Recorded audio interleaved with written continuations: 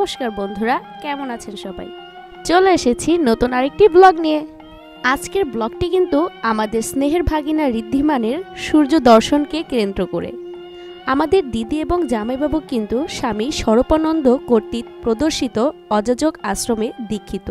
তাই দিদি এবং দাদাবাবু তাদের একমাত্র পুত্র সন্তানের ব্রত অনুষ্ঠানটিও করেছে স্বামী স্বরূপানন্দ কর্তৃক প্রদর্শিত সমবেত উপাসনার মাধ্যমে। স্বামী স্বরূপানন্দ বলেছেন, সকল যজ্ঞের প্রধান যজ্ঞ হচ্ছে নামযজ্ঞ। তিনি আরও বলেছেন, ভগবানের নাম কখনোই ব্যর্থ হয় না। তাই তো স্বামী স্বরূপানন্দের প্রদর্শিত নির্দেশ অনুযায়ী আমার দিদি দাদাবাবু তাদের একমাত্র পুত্র সন্তানের ব্রতটি করেছিলেন সমবেত উপাসনার মধ্য দিয়ে। ওমকার বিগ্রহের সম্মুখে সকল গুরু ভ্রাতা ও ভগ্নীগণ সমবেত হওয়ার মাধ্যমে জয়ধ্বনি উচ্চারণপূর্বক মাঙ্গলিক অনুষ্ঠানের সূচনা ঘটে।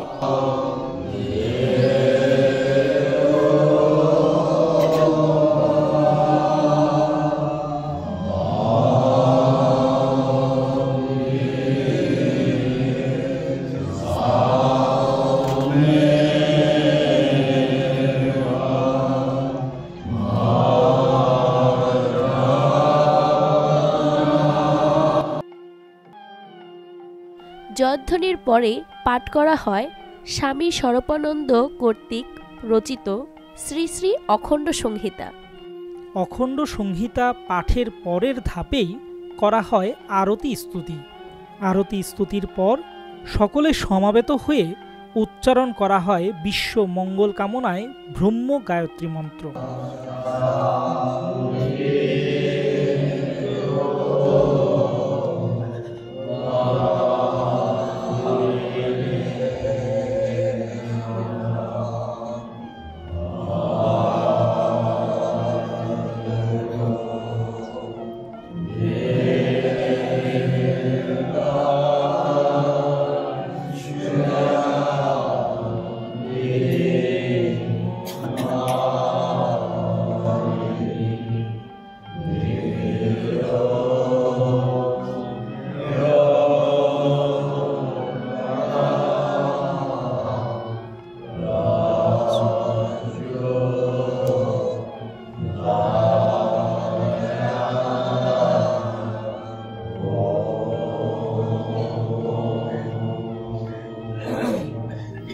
অখণ্ড মণ্ডলেশ্বর স্বামী শ্রী শ্রী স্বরূপানন্দ সমবেত উপাসনার প্রচলন করেছিলেন বিশ্বের সকল মত এবং পথের ঐক্য বিবেচনা রেখে।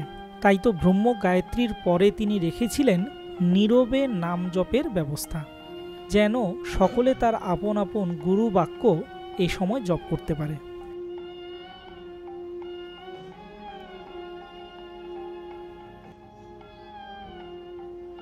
নাম জপের পর ছিল হরিওম কীর্তন এবং ওমকার বিগ্রহে পুষ্পাঞ্জলি প্রদান।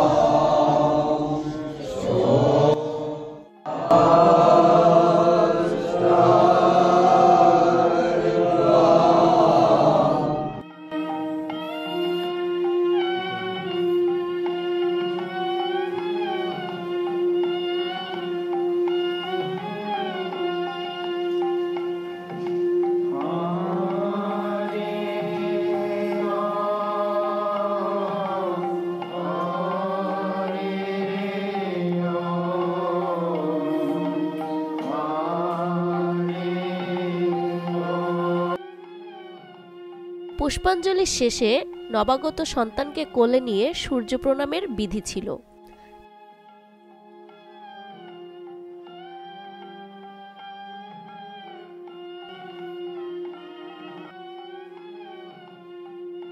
এরপরে সকলেই এক এক করে নবাগত সন্তানকে প্রাণভরে আশীর্বাদ করে এবং সেখানে আমরাও ছিলাম। সকলের আশীর্বাদের পর মহাপ্রসাদের ব্যবস্থা ছিল। মহাপ্রসাদ বিতরণ শেষে এই অনুষ্ঠানের আনুষ্ঠানিকতার সমাপ্ত হয়।